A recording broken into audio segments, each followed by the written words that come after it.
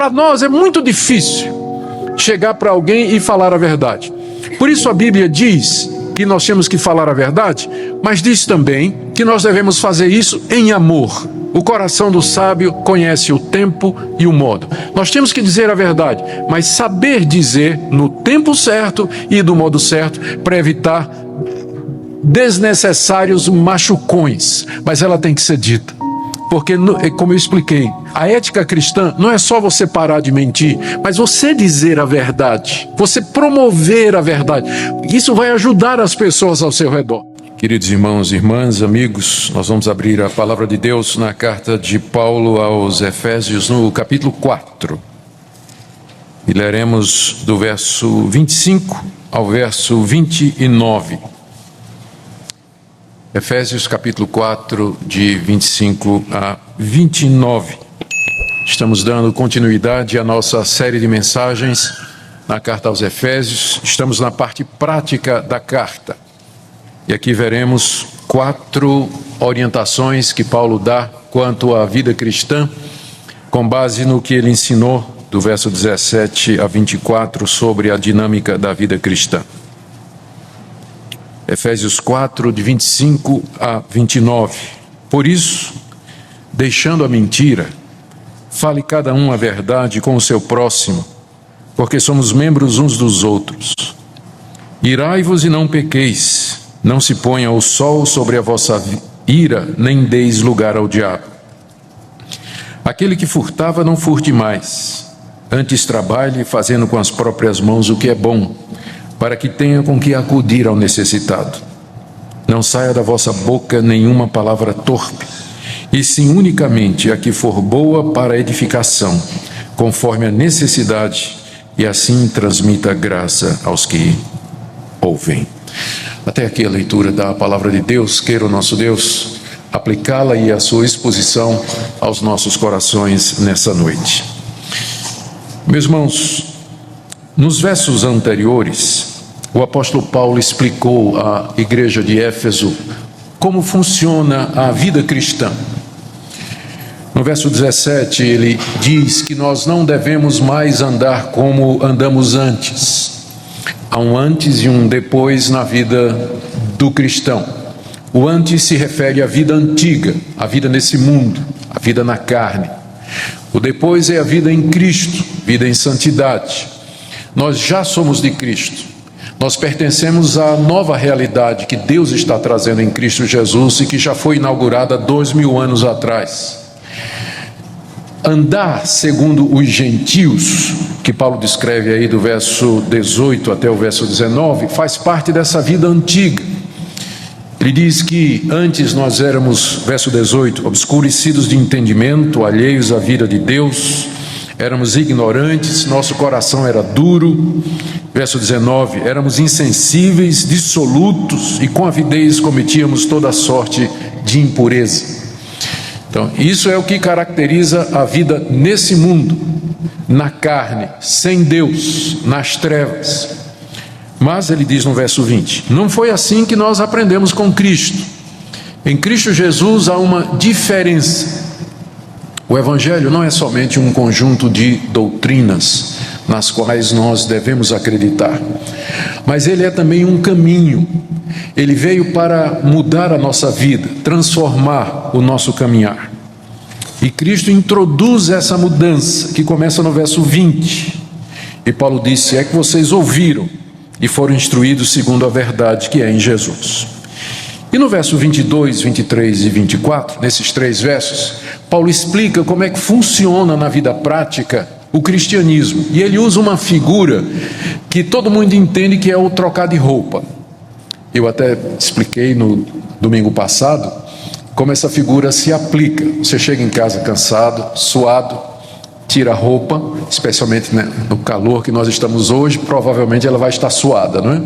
Então a gente tira a roupa, se renova, toma um banho, se refresca e aí coloca a roupinha nova. Eu disse até que todo mundo faz isso, com exceção dos adolescentes. Alguns ficaram com raiva de mim. Eu quero pedir desculpas, eu sei que tem exceção. Paulo usa essa figura para explicar a dinâmica da vida cristã. Diariamente nós nos despojamos da velha natureza, do velho homem, do pecado que habita em nós. Nós nos renovamos no nosso entendimento, no espírito do nosso entendimento, e nós nos vestimos de Cristo. Verso 24. Portanto, são 2 passos.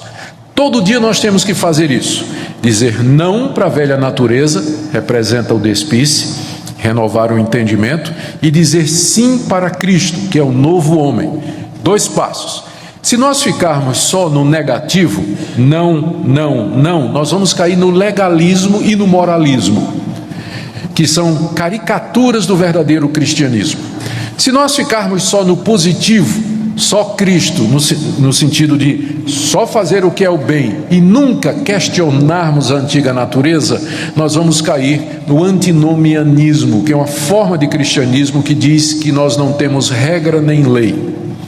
Na verdade, são 2 passos que nós temos que tomar. Nós temos que dizer não para o pecado e sim para Deus. Todo dia, até aquele último dia em que nós vivemos aqui. E depois de explicar isso, Paulo dá vários exemplos práticos de você dizer não para o pecado e sim para Jesus. Começando do verso 25, que nós lemos até o verso 29, ele dá 4 exemplos do que ele acabou de dizer. É o que nós veremos nessa noite.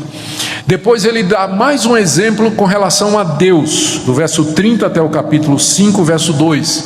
E depois mais 4 exemplos em relação a mim mesmo. Como é que funciona no dia a dia esse não para o pecado e sim para Deus. Essa última parte vai do verso 3 até o verso 17. Que nós veremos então na sequência, mas hoje à noite eu quero concentrar nesses 4, vamos chamar de contrastes práticos que o apóstolo Paulo faz e que tem a ver com a nossa vida. São eles, vocês já perceberam. Primeiro, parar de mentir e dizer a verdade. Não à mentira, sim para a verdade, verso 25. Não para a mágoa, sim para a ira santa, verso 26 e 27. Não para o roubo e sim para o trabalho, verso 28. Não para a palavra suja e sim para a palavra que abençoa, no verso 29. Então são estes 4 contrastes práticos que nós queremos ver nessa noite, na expectativa de que Deus fale ao seu coração, que o Espírito Santo lhe convença do pecado, do juízo e da justiça, e que aponte Cristo a você como sendo aquele que nos perdoa e nos dá graça para começarmos outra vez. Eu preciso dizer ainda mais algumas coisas com relação a esses contrastes antes de nós conversarmos. O primeiro deles é que Paulo não está inventando nenhuma ética nova para os cristãos. Praticamente tudo o que ele disse aqui já está no Antigo Testamento. Por exemplo, fale a verdade com seu próximo, no verso 25, está em Zacarias, capítulo 8, verso 10. Quando ele diz, não furte, nós temos um mandamento que diz, não furtarás. Quando ele diz, não saia da vossa boca nenhuma palavra torpe, e quando no verso 26 ele diz que nós não devemos nos irar, nem dar lugar ao diabo, nada mais é do que o mandamento, não dirás falso testemunho. Então Paulo não está criando uma ética nova para os cristãos, ele está tomando a lei de Deus e dando a sua interpretação e aplicação à luz de Cristo. Isso é importante porque muita gente pensa que nós não temos mais nada a ver com a lei de Deus. Tem muitos cristãos que acham que o que nós temos que fazer é amar a Deus e o próximo. Mas a pergunta que nós fazemos é o seguinte: como é que você ama o seu próximo? Tem muita gente que acha que a ética do cristão é só o amor. Tudo bem. Como é que você ama o seu próximo? Eu vou dizer como é que você ama o seu próximo. Você não quer a mulher dele, você vai respeitar o nome dele, você vai respeitar a propriedade dele, você vai respeitar a vida dele, em outras palavras, os 10 mandamentos. Você diz, não, mas tem que amar a Deus sobre todas as coisas. O que significa amar a Deus sobre todas as coisas? Não terás outros deuses diante de mim, não farás para ti imagem de escultura, não tomarás o meu nome em vão. Então, no fim, você sempre volta para os 10 mandamentos. Porque eles são a expressão da santidade de Deus. Quem é Deus e o que Ele quer de nós. Então, o cristianismo não inventou uma ética nova, apenas nos disse em que poder ou de que maneira nós podemos viver para agradar a Deus. O que está a diferença? Outra coisa que é importante nós lembrarmos aqui é que nessa sequência que nós lemos aqui, começamos e que vamos até o final do capítulo 5, essas orientações, elas são dadas primeiramente no contexto da igreja. Paulo está falando para a igreja. Tanto é que no verso 25, quando ele diz, não pare de mentir e diga a verdade, a razão que ele dá é porque nós somos membros uns dos outros. Mas isso não quer dizer que você é livre para mentir para o descrente, porque algumas religiões dizem que para os de casa você tem uma ética, mas para os de fora é outra coisa. Você não pode roubar, mentir e iludir um irmão. Mas quando é gente que não pertence à fraternidade ou à nossa religião, aí você pode tratar do jeito que quiser. Não no cristianismo.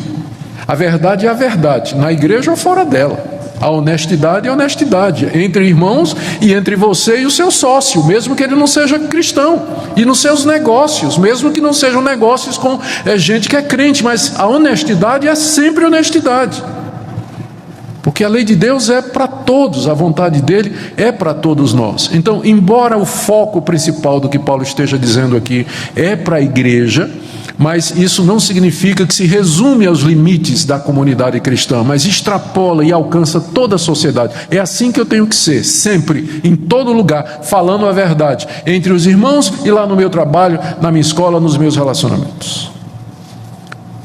Outra coisa que eu queria chamar a sua atenção aqui é para o fato de que a cada vez que Paulo diz assim, não faça isso, mas faça isso, ele dá um motivo. Isso é muito importante. Porque Deus não quer que nós obedeçamos sem que nós entendamos o motivo pelo qual nós temos que fazer determinadas coisas. Então, ele é tão misericordioso que mesmo que ele não precisasse, bastava ele dizer, é assim porque eu quero, porque ele é Deus. Ele pode fazer o que ele quiser, mas ele é tão misericordioso que ele diz assim, não faça isso por causa disso. Como que querendo nos persuadir, querendo nos convencer de que fazer isso é a melhor coisa. E aqui a gente vê a grande misericórdia de Deus. Uma outra coisa que é bom nós lembrarmos aqui, é que estas coisas não salvam. Nós não vamos fazer isso para sermos salvos. Quando diz assim, pare de mentir e diga a verdade, eu vou parar de mentir e falar a verdade, não porque com isso eu queira ganhar um lugar no céu, ou merecer o perdão de Deus, ou receber de Deus algum favor. Não, eu vou fazer isso porque eu já recebi de Deus algum favor. Você percebe aqui no verso 25, que ele começa assim, por isso, ou seja, ele está remetendo a uma razão anterior. E que razão anterior é essa? É o que vem no livro todo. Que Deus nos amou antes da fundação do mundo, que Ele nos escolheu para sermos o seu povo, que Ele mandou seu Filho Jesus Cristo para morrer pelos nossos pecados, que Ele nos chamou pelo Espírito Santo, que nos fez parte da sua família. Por isso, pare de mentir. Essa é a razão. Nós não vamos parar de mentir para ir para o céu. Nós vamos parar de mentir porque Deus já nos deu o céu gratuitamente. A motivação é a gratidão, não o mérito. Eu faço isso porque eu amo a Deus, eu sou grato a Deus. Lutero tinha uma frase que eu gosto de repetir, que muitos conhecem. Ele dizia que a lei nos leva a Cristo para a justificação, porque a lei diz assim, todo mentiroso vai para o inferno. A lei diz isso, todo mentiroso vai para o inferno. Eu olho para a minha vida e disse, estou perdido, eu sou um mentiroso, minto desde criança. Não há nenhum homem que não seja mulher que não seja mentiroso. A própria Bíblia diz, todo homem é mentiroso, homem genérico, homem e mulher, todos. Então como é que eu vou fazer? A lei está dizendo, não mentirás, não dirás falso testemunho. Então Deus diz, a lei está dizendo a você que você precisa de alguém que lhe salve da sua mentira, alguém que lhe perdoe, e aí a lei me empurra para a cruz. Eu vejo Cristo Jesus na cruz morrendo pela minha mentira, sofrendo o preço da minha disfarçatez, e creio nele e sou perdoado. Me aproximo dele, me ajoelho e digo, mestre, o Senhor perdoou a minha mentira, de que maneira eu posso te agradecer? Resposta de Jesus, não mentirás. A lei me leva a Cristo para a justificação, e Cristo me manda de volta à lei para a gratidão. Você quer agradar a Deus, você quer agradecer a Ele, que Ele lhe perdoou de todas as suas mentiras, não minta mais. É assim que funciona na vida cristã. Você diz não para a mentira, você diz sim para a verdade, por causa de tudo aquilo que Cristo já fez por você. Pelo fato de que Deus é quem Ele é, e porque Ele nos ama e já nos recebeu. Creio que agora nós estamos prontos, né? Para dar uma olhadinha nesses 4 contrastes. O primeiro eu já mencionei, que ele vem na frente, está aí. Verso 25. Por isso, eu já expliquei o por isso, deixando a mentira, fale cada um a verdade com o seu próximo, porque somos membros uns dos outros. Nós sabemos que há diversas maneiras de mentir. Falsear a verdade, dizer a verdade em parte, ficar quieto quando a gente devia falar, né? Se omitir. Tem várias maneiras da gente mentir. Todas elas são condenadas pela palavra de Deus. Alguns querem dizer que há situações em que prevalece o mal menor. Entre você entregar um judeu fugitivo durante a Segunda Guerra Mundial e você dizer a verdade onde ele estava escondido, era preferível mentir para salvar a vida do judeu que estava escondido na sua casa. E eu posso entender essa lógica, mas ainda assim é mentira. Ainda assim é mentira, não deixa de ser, é pecado do mesmo jeito. Tem uma consequência menor do que a morte, mas é pecado e tem consequência do mesmo jeito. Nunca vai chegar um momento em que você possa dizer que alguma forma de mentira é justificável e aceita diante de Deus. Sempre é pecado mesmo, porque o nosso Deus é o Deus da verdade. Ele é um Deus que ama a retidão. Na Bíblia, a mentira é sempre atribuída ao diabo. Inclusive, ele é chamado o pai da mentira.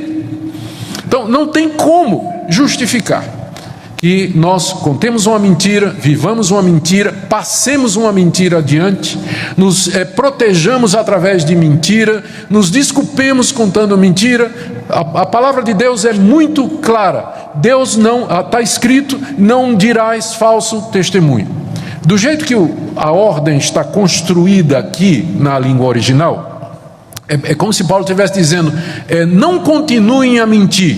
É o imperativo negativo de uma forma verbal que quer dizer, interrompe a continuidade. E a gente pode entender o motivo. Esses cristãos de Éfeso, eles eram pagãos, e no paganismo, na cultura pagã da sua época, a mentira era uma coisa extremamente comum. Era aceita. E eu fico pensando na similaridade com o nosso país. O brasileiro é conhecido pelo jeitinho, e eu não me orgulho disso. E eu acho que você também não devia se orgulhar disso. Mas nós somos conhecidos porque nós somos um país do jeitinho. Dá um jeitinho, né? Nem sempre significa seguir a verdade. Né? Foi tanto, mas dá um jeitinho aí, eu estou apertado, né? Faz aí uma nota por tanto, né? Comprei o carro por tanto, mas eu não quero pagar tanto imposto. Vamos dar um jeito aí. Sempre tem o país do jeitinho. É muito parecido com a cultura pagã do século I, quando Paulo escreveu estas palavras. Então Paulo nos diz que isso pertence à vida antiga, isso pertence ao modo de viver dos gentios, que a mentira faz parte dessa realidade. Mas não basta parar de mentir. Lembra dos 2 passos, né? Não basta parar de mentir. Ele diz aqui, fale a verdade. Fale cada um a verdade. Ele individualiza, né? Cada um, ou seja, não tem exceção. Cada um de vocês deve falar a verdade. Talvez parar de mentir seja mais fácil, porque falar a verdade, a gente não gosta, né? Porque às vezes a verdade vai significar um confronto e vai deixar alguém irritado, né? E nós, brasileiros particularmente, nós temos muita dificuldade com isso. Faz parte da nossa cultura. Eu sou casado com uma holandesa, por isso eu posso dizer isso, né? Na Holanda é diferente. Até o meu sogro, né, holandês nato, ele era reitor do seminário onde eu estudei, e ele era conhecido pela a sua natureza claríssima de dizer a verdade. Ele não titubeava em dizer a verdade. E sempre tinha seminarista magoado com ele, né? E ele dizia então que ele era holandês, ele andava de tamanco de madeira e que os dedos dos brasileiros eram muito compridos. Os dedos dos brasileiros eram muito compridos e ele andava de tamanco de madeira. Então, em muitas culturas, a franqueza, o ser direto, parece que é resultado até da influência da colonização cristã ou protestante, onde isso aconteceu. Mas para nós é muito difícil chegar para alguém e falar a verdade. Por isso a Bíblia diz que nós temos que falar a verdade, mas diz também que nós devemos fazer isso em amor. O coração do sábio conhece o tempo e o modo. Nós temos que dizer a verdade, mas saber dizer no tempo certo e do modo certo, para evitar desnecessários machucões. Mas ela tem que ser dita. Porque, como eu expliquei, a ética cristã não é só você parar de mentir, mas você dizer a verdade, você promover a verdade. Isso vai ajudar as pessoas ao seu redor. Olha a razão que Paulo dá aqui para a gente dizer a verdade. Porque somos membros uns dos outros, somos irmãos em Cristo. Então, mesmo que a verdade doa, nós somos irmãos, pode haver perdão. Pode haver reconciliação, pode haver entendimento, mas ela tem que ser dita, porque nós somos membros uns dos outros, fazemos parte da mesma família, somos filhos de Deus. Então, quem sabe hoje à noite seja aquele momento em que você precisava tomar uma decisão e consertar uma mentira que você vem contando, ou uma mentira que você vem vivendo. Ou então tomar a decisão de que você precisa contar aquela verdade e dizer aquela verdade para uma determinada pessoa num determinado contexto. E a razão que eu quero lhe dar hoje à noite é porque nós somos membros uns dos outros. Essa pessoa é sua irmã em Cristo Jesus. Essa pessoa é sua irmã em Cristo Jesus. Foi salva pelo mesmo sangue, tem o mesmo Espírito e adora o mesmo Deus. Nós somos membros uns dos outros. Nós devemos a verdade entre nós como irmãos. Segunda parte, ou segundo contraste que Paulo faz, está aí no verso 26 a 27. Irai-vos e não pequeis. Então o contraste é esse. Só que aqui ele começa ao contrário. Se a gente for seguir a nossa sequência, ele deveria dizer assim: não pequem, mas fiquem irados. A gente fica, puxa, eu não estou entendendo o que é que Paulo quer dizer. Até porque no verso 31, ele diz assim: longe de vós toda amargura, cólera e ira. No verso 31 ele diz para a gente deixar a ira de lado, mas aqui ele diz irai-vos. Como é que é isso? Porque são dois tipos de ira diferentes. A ira que Paulo recomenda aqui, em contraste ao pecado, é a justa indignação pela afronta feita às coisas de Deus. Ou seja, é aquela ira, é aquele sentimento que queima no meu coração, por exemplo, quando eu vejo o nome de Cristo sendo blasfemado, ou quando uma pessoa está sendo injustiçada, ou quando a verdade está sendo sonegada. Esse é um tempo que nós precisamos de mais gente irada, pelo bom motivo. A ira que é proibida na Bíblia é aquela ira que é fruto de uma frustração pessoal, em que você se sentiu ofendido, ultrajado, mas a ira santa, ela não foca em mim, ela foca lá fora. Ou seja, eu estou indignado porque a verdade está sendo torcida. Estou indignado com a corrupção do meu país. Estou indignado com a mentira de determinadas pessoas. Então, há lugar para ira. O cristão deveria ser uma pessoa que tivesse essa indignação. Porque quando falta essa indignação, a gente fica calado, a gente fica passivo, a gente cala a boca, a gente se torna cúmplice, a gente não faz nada. Mas há lugar para uma ira justa na vida do cristão. Há lugar. Irai-vos. É uma ordem. E quando você não fica irado diante do erro e do pecado, você está desobedecendo. Porque significa que você está aceitando. Agora, o que é o contraste então? O que é o contrário? Irai-vos é o positivo, né? Nós temos que nos irar diante das situações em que a verdade está sendo vilipendiada, o erro está prosseguindo, crescendo, rampante. Então, a reação do cristão como Deus, porque Deus é um Deus que se ira, porque Ele é santo e justo. Então, a semelhança de Deus, nós devemos nos irar, sentir esse sentimento de justa indignação. O que é o contrário disso? Porque Paulo diz: irai-vos e não pequeis. O que seria pecar? Pelo que Paulo está dizendo aqui, significa você deixar que a ira, a ira santa, justa, ela se transforme numa outra emoção do tipo assim: rancor, vingança, mágoa, ódio. É muito fácil isso acontecer. Tanto é que ele diz aqui: não se ponha o sol sobre a vossa ira.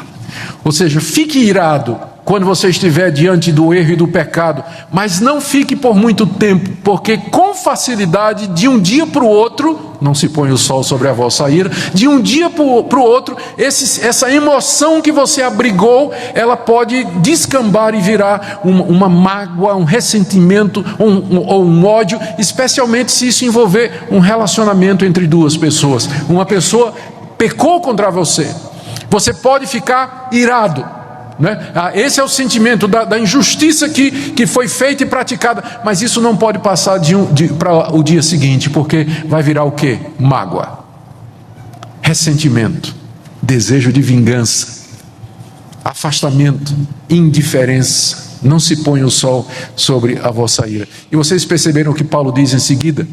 Não deis lugar ao diabo.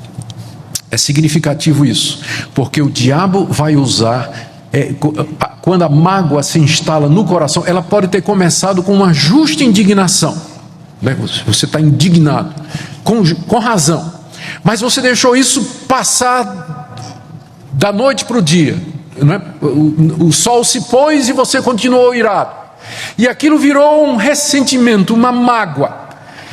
Aquilo você está dando lugar ao diabo, porque Satanás vai usar cristãos ofendidos, cristãos magoados, cristãos ressentidos para provocar divisão na igreja, crítica, calúnia, briga, dissensão, perturbar a paz. Cristãos ressentidos são presas fáceis do diabo. Não dê lugar ao diabo, não deixa a justa indignação passar de uma noite para outra. No dia seguinte você já vai tratar com aquela serenidade que caracteriza os cristãos. O fruto do Espírito é domínio próprio. E você então vai resolver o assunto com perdão, reconciliação, confronto, conversa, oração conjunta. Mas à medida que você vai deixando aquilo ficar no seu coração, aquilo vai criando instrumento e material que o diabo vai usar, é dar munição ao diabo. Cristãos magoados. E quando isso entra no casamento, gente, você pode ficar com raiva do seu marido, provavelmente você tem razão, mas isso não pode virar à noite sem você resolver, sem conversar. Por isso que a melhor coisa é toda noite colocar o dia em ordem. Como foi o dia hoje? Tem alguma coisa? Eu tenho que lhe pedir perdão por alguma coisa? Ele ofender. Querido, você sabe como é. Não pode falar. Eu não quero ofender você. Diga, a Bíblia está dizendo, não pode passar da noite. Posso falar? Pode sim, né? Não deixa passar da noite para o dia, porque aí passou, aí aquilo vai ficando no coração, aí vai juntando com outras coisas, e Satanás começa a chegar e dizer: ele não te ama, ele não dá a mínima para você, machucou você e não está nem aí. Isso é mesmo, né? E vai aumentando. Daqui a pouco os casais não têm mais nenhuma comunicação, não tem mais prazer em estar juntos, e nem sabem mais porquê. Faz tanto tempo que tinha acontecido a primeira vez.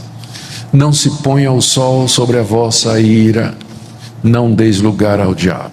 O diabo usa crente magoado, ressentido, mágoas de anos, para destruir amizades, perturbar a paz da igreja. Resolva. Hoje à noite, talvez você tenha que fazer uma lista, mas diz: Senhor, eu vou conversar com essa pessoa, eu vou acertar meu relacionamento com essa pessoa, eu vou pedir perdão se preciso for, dizer a verdade em amor, mas eu não quero ser um instrumento nas mãos de Satanás para perturbar a paz da igreja.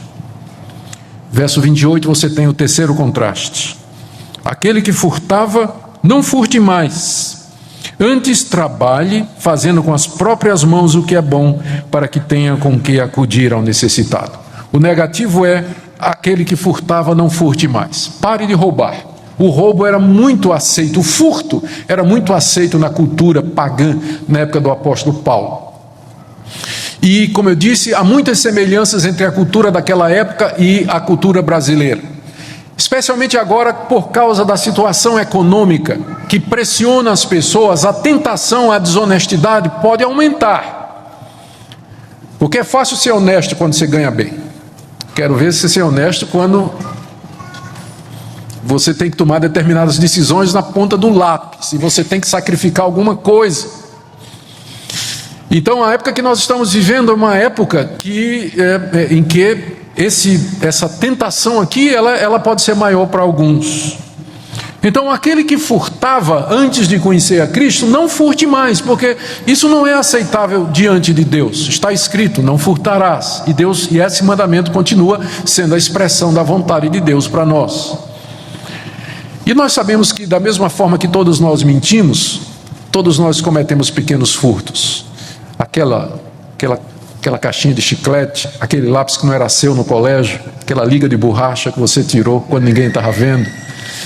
Há tantas pequenas transgressões que nós fomos acumulando durante a vida.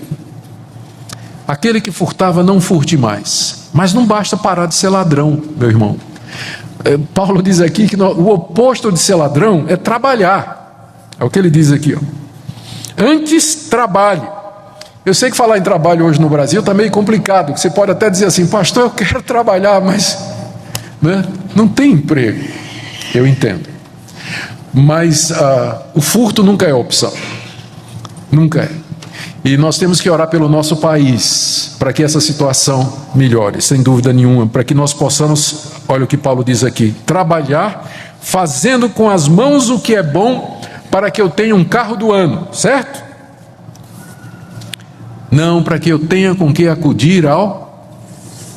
Olha a motivação que Paulo coloca aqui para o trabalho. Ele não está dizendo que eu não tenho que me preocupar com a minha esposa, com os meus filhos, mas a motivação que ele coloca para que você trabalhe é para que você acuda ao necessitado. E esse conceito ele pode mudar nossa vida completamente, especialmente na sociedade que nós vivemos, que nós queremos estudar, nós queremos nos diplomar, ter uma boa profissão, especialmente aquelas que pagam mais, porque o nosso alvo é a casa própria, ter uma família, ter um carro e ter uma boa aposentadoria.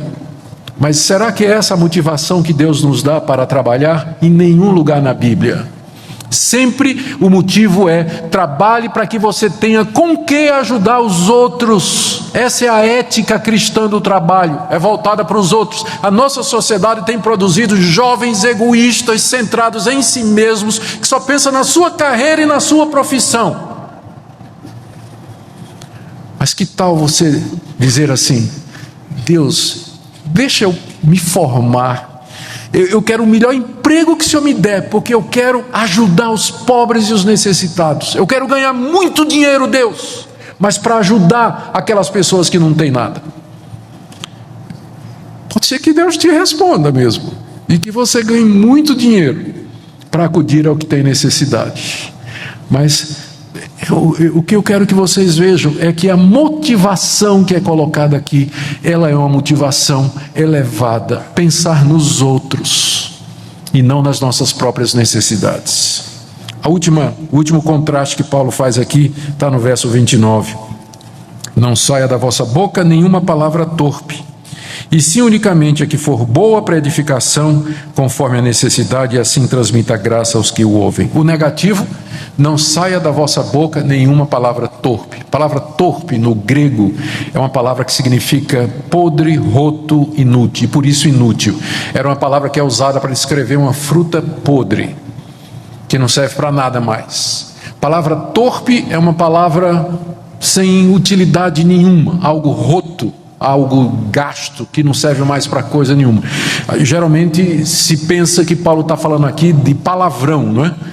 Mas note que o contraste não é com outra coisa senão uma palavra que for boa para edificação. Então não saia da vossa boca nenhuma palavra torpe. Pode dizer simplesmente o seguinte: não fale mal do seu próximo, não passe adiante uma mentira, uma informação que você não verificou, não diga palavras que transmitem imagens ou ideias que são contrárias à pureza. Ou seja, em contraste, agora, que saia da boca de vocês unicamente a palavra que for boa para a edificação, de acordo com a necessidade do seu irmão. Já pensou a diferença que seria se nós consagrássemos a nossa boca para só dizer aquilo que edifica e abençoa as pessoas? Quando chegasse uma palavra torpe para nós, a gente transforma em outra coisa. A gente não passa adiante como palavra torpe, mas a gente passa palavras que edifiquem os outros. Se nós fizéssemos isso, com certeza a igreja seria diferente. Veja o final do verso 29, e aqui você tem a razão pela qual Paulo diz que nós não devemos abrir a boca a não ser para transmitir aquilo que edifica, para que assim se transmita graça aos que ouvem. A gente fala, evangélico fala muito da graça de Deus, evangélico tradicional, não é? Somos salvos pela graça, pelo favor e pela misericórdia de Deus. Mas de que maneira a graça é transmitida?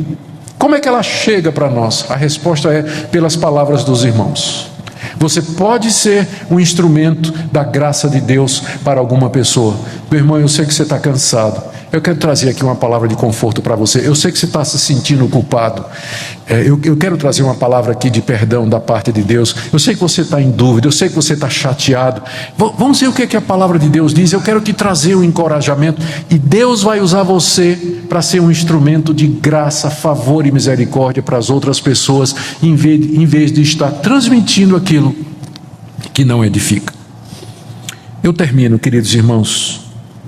Aqui estão 4 situações da vida real, muito comuns, que passam pela nossa vida. Paulo as escolheu não sem razão, ele conhece a natureza humana. Nós podemos nos ver aqui, não é verdade? Se você for honesto, você vai poder se ver aqui. Mentira, desonestidade, mágoa, ressentimento, palavras sujas, calúnias. Mas como eu disse, isso aqui não é colocado como sendo uma condição de mérito para que você seja salvo. Isso aqui é colocado como sendo orientação para aquele que já conhece o poder de Cristo e o poder do Evangelho. Se você de fato é de Deus, se você está unido a Jesus e tem o Espírito Santo, você pode dizer não para mentira, para mágoa, para o furto e para a palavra torpe, e dizer sim para a verdade, para o trabalho, para a ira justa e tudo aquilo que agrada a Deus. Pelo poder do Espírito Santo nós podemos fazer isso. E eu queria que nessa noite você tomasse essa decisão e você dissesse: Senhor, com a tua ajuda, unido a Cristo, pelo poder do Espírito Santo, eu quero começar uma vida nova. Eu quero começar um ciclo novo na minha vida. Eu quero pedir perdão por estas coisas. Eu vou procurar aquelas pessoas que estão implicadas na minha ética errada, que eu machuquei ou de alguma forma prejudiquei com a minha ética mundana. E eu quero começar a viver de fato como cristão para te agradar. Você não gostaria de fazer isso nessa noite? Queria convidar você a orar comigo. Eu vou orar nesse instante. E onde você está, eu queria que você consagrasse sua vida, seu coração a Deus, dizendo a Ele: Senhor, pela Tua palavra e pela confiança no Teu poder, eu quero ser diferente, como nós cantamos. Eu quero uma vida nova que reflita a santidade do Evangelho e o poder da cruz de Cristo. Baixe nossos conteúdos gratuitamente. Acesse o canal pelo link na descrição.